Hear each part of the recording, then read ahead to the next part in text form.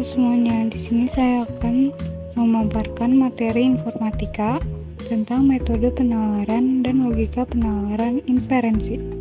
Pengertian metode penalaran. Penalaran merupakan aktivitas kognitif untuk menilai atau menarik kesimpulan tertentu berdasarkan suatu informasi yang kita dapatkan dengan menggunakan kaidah logika atau berdasarkan pengamatan indera. Terdapat 3 jenis metode penalaran. Yang pertama ada deduktif, yang kedua induktif, dan yang ketiga abduktif. Deduktif. Penalaran deduktif merupakan proses nalar yang menarik kesimpulan yang bersifat khusus dari hal-hal yang bersifat umum. Nilai kebenaran dalam penalaran deduktif bersifat mutlak benar atau salah dan tidak keduanya bersama-sama.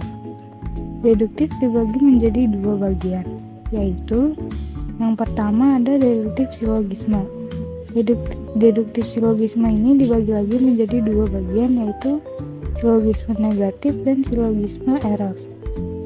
Dan deduktif yang kedua ada deduktif entimen. Contoh deduktif. Jika orang merasa lapar, maka ia harus makan. Premis 1. Lila merasa lapar. Premis 2. Jadi, Lila harus makan agar tidak lapar. Konklusi. Deduktif silogisme. Silogisme negatif. Jika suatu premis atau pernyataan bersifat negatif, maka kesimpulan konklusi akan bersifat negatif.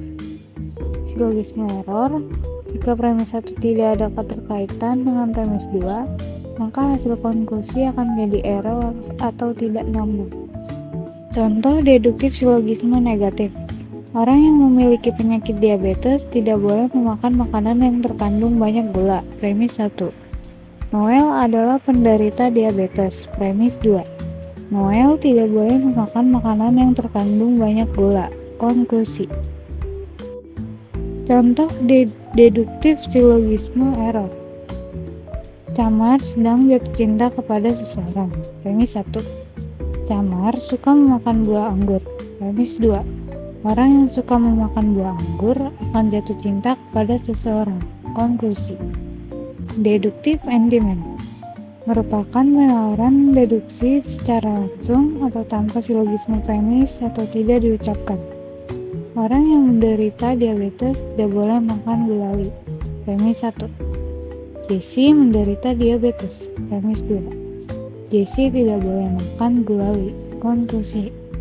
Entimennya, Jessie tidak boleh makan gulali karena menderita diabetes. Induktif. Induktif itu dari pernyataan khusus atau tunggal dan ditarik kesimpulan yang bersifat umum.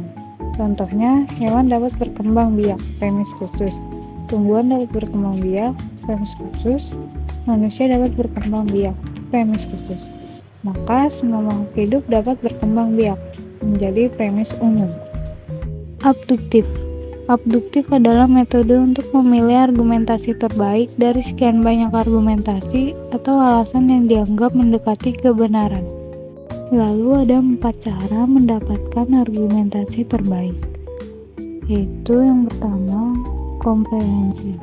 Penjelasan yang paling lengkap dan sedikit sekali ketidakjelasan.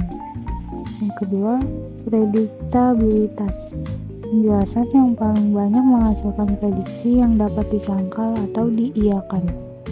Yang ketiga, kesederhanaan. Menjelaskan dengan bahasa yang ringan dan tak ada bantahan. Yang keempat, koherensi. Penjelasan yang sesuai dengan hal yang diyakini oleh para ahli. Contoh abduktif. Dia adalah orang yang terlihat sangat ceria dan sering tertawa di sekolah. Suatu hari, dia tidak seperti biasanya. Dia hanya diam saja dan sedikit berbicara. Dapat disimpulkan bahwa mungkin saat itu dia sedang tidak mood atau merasa sedih. Logika penalaran inferensi. Logika penalaran inferensi adalah tindakan membuat simpulan atau konklusi.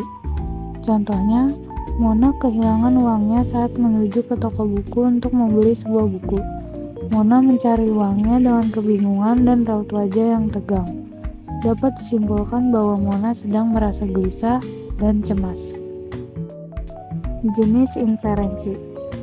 Yang pertama itu inferensi langsung, membuat kesimpulan dari sebuah premis. Contohnya, Lala membawa bekal makan keluar kelas saat jam istirahat. Saya menyimpulkan bahwa Lala akan makan saat jam istirahat.